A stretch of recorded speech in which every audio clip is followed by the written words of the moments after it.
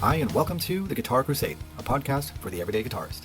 My name is Kurt, owner and instructor at Axtreme-Guitar.com and the YouTube channel Axtreme-Guitar.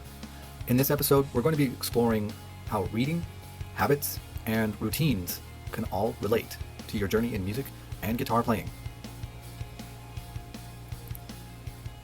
I'm a firm believer in the magic of reading, and I highly recommend it as a leisure activity. If you're not already an avid reader, consider starting that today.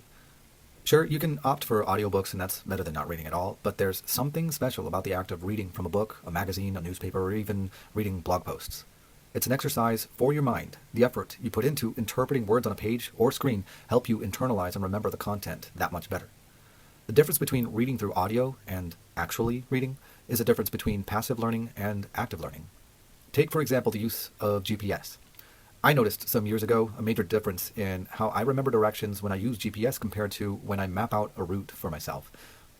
On my own, I have a pretty good memory of retaining directions to places I travel to, but when I use a GPS to get somewhere, instead of remembering the way after the first trip, it takes me probably 10 times as many trips to remember every turn until I can make it on my own without the aid of the GPS. When I first noticed that I couldn't confidently remember my way to a place I'd been multiple times, I was surprised, and I was a bit disconcerted. I realized very quickly that it wasn't that I had a lapsing memory or any other problems, because all pistons are firing as expected in everything else I do. I was able to deduce that it was my reliance of being spoon-fed directions from GPS. It was very easy to adjust to allowing GPS to think for me. A little too easy. But let's switch gears. Have you ever heard of the boiling frog analogy? It's a fascinating concept. Imagine if you put a frog in a pot of boiling water, it would jump out instantly because it's in pain. But if that water is at room temperature and you gradually heat it, the frog adapts until it's too late and it gets boiled alive. It's a reminder of how we can adapt to both good and bad habits. Speaking of good habits, if you like this podcast, hit the like button and subscribe so you can check out more like it.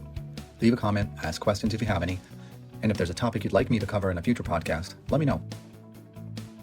Habits. We all have them, especially in the morning. For instance, I have my own routine. The moment I wake up in the morning, I brush my teeth.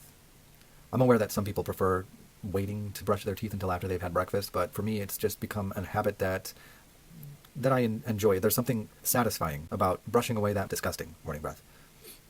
After brushing my teeth, I get dressed for the day, check my schedule, check emails, fish out the email that I want to see out of the million junk email, and then I try to develop a plan or mode of attack for how I want to handle that particular day.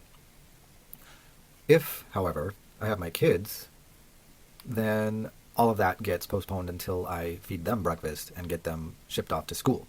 Then I can finally get to my own thing. So I have a separate routine for when I have the kids and I'm taking care of them. Now these routines help my mornings move smoothly. They help me function efficiently. I'm not one of those types to plan out every part of my day. I like to have a few things that are planned out, but I always have room for flexibility. I can't operate under strict scheduling. That's just not me. I need to have a loose plan, otherwise I feel restricted, and when I start to feel restricted, then I just start losing motivation. I've learned over the years that I sort of have to trick myself into planning things out while balancing that need for unrestricted freedom. Now let's transition to guitar. In August of 2022, I made the big leap of leaving my full-time job and diving headfirst into my guitar business, thanks of course to the unwavering support of my amazing wife. This transition was exhilarating, but also nerve-wracking. I had to establish routines for everything, from bookkeeping to managing my calendar and balancing family time. I still managed to leave that balance of unrestricted time and freedom the way I mentally need to, but I developed my own plan for managing things. That has helped me to not feel restricted. Sometimes, though, depending on the work level, you can't really always avoid being restricted in some way. It can be inevitable. There have been, of course, my fair share of trial and error. Coupled with moments of self-doubt, I had to become my own cheerleader and stay positive. I do have to practice what I preach when I'm giving my students their lessons, and I am really stressing the importance of developing a good practice routine. Throughout this whole process, as I've said before, received plenty of great support from my wife and sometimes tough love, but it was all needed, and more so has been the need for me personally working on my self-talk, that little voice that I hear in my head, that we all hear in our heads. You hear it when you're doing something good, and more often when you're doing something bad. And if you leave that little voice unchecked, that little voice can unravel things that you ordinarily know you can do. It can leave you doubting yourself, wondering how you could have ever possibly thought that you'd be able to manage something of the magnitude that I'm doing right now with my guitar business. The key to success in music and life is knowing yourself. Be honest about how you learn and how you operate. There's no one-size-fits-all approach. Your learning style and daily routine should align with your personal strengths and tendencies. It would be wise of you to do a simple search and see what all the learning types are. Some searches might tell you there are 8 types. Some of them might tell you there are 12. Whatever search you end on, that's fine either way, whether it's 8 or 12 or 20. But the point is, you want to see all of those options and really take a look at what resonates with you. And I'll give you a hint. You can have multiple learning styles. If you think about it like a buffet or even a wardrobe closet full of different articles of clothing that you can wear. Each day, you may have a different mood of how you're going to receive information. So think of your learning style in that way. I mean, your mood, depending on how you wake up, will drive how you're going to learn for that day. And it can change from day to day. Now let's revisit that boiling frog concept that I was talking about earlier. On one hand, we have bad habits, and they not only hold us back, but they also pull us further away from where we want to be. In contrast, you can create good habits, but starting and sticking with them is the challenge. It's so much easier to just stick with the bad habits. That's why they're bad. This goes back to knowing yourself. Know your tendencies, the good and the bad, so that you're prepared for your fickle mood changes and lazy bone moments. Treat yourself like you are more than one person wrapped into what you see in the mirror. To keep things simple, let's just say you have a responsible side and you have an irresponsible side. There's definitely going to be more characteristics of you than that, but just to keep it simple for this argument's sake. Anticipate the warning signs of the less responsible you when they start to emerge so that you're prepared for it. Just like the frog adapting to the heat, start small with your good habits and let them gradually outshine the bad ones. Anticipate when the good habits start to wear on the less responsible side of you.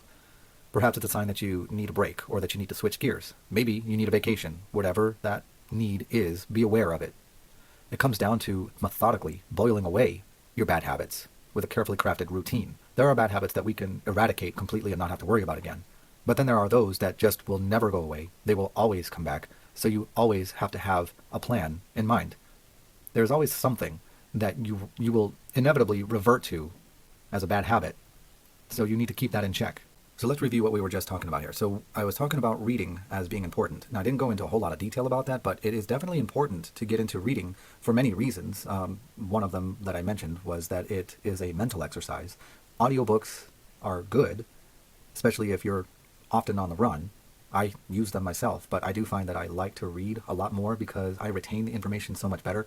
You become much more intimate with what you're reading. You have a better recall from it.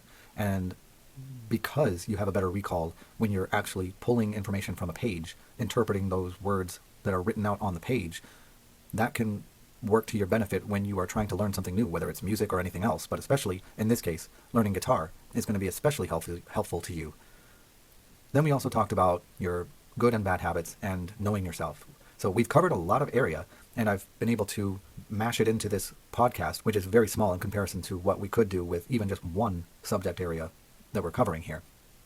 But think about these topics, and you might even consider delving into them a little deeper, and especially looking into the search on the different learning types. It is interesting to read about the learning types and how you can envision yourself working with each of those learning types.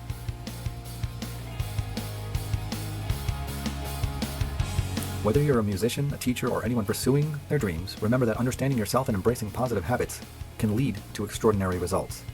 If you ever have questions or feedback beyond commenting on a specific podcast, feel free to reach out to me using the web form at Axtreme-Guitar. That's Axtreme-Guitar.com. Thanks for listening. I'll see you in the next episode. And remember, keep practicing and enjoy your guitar journey.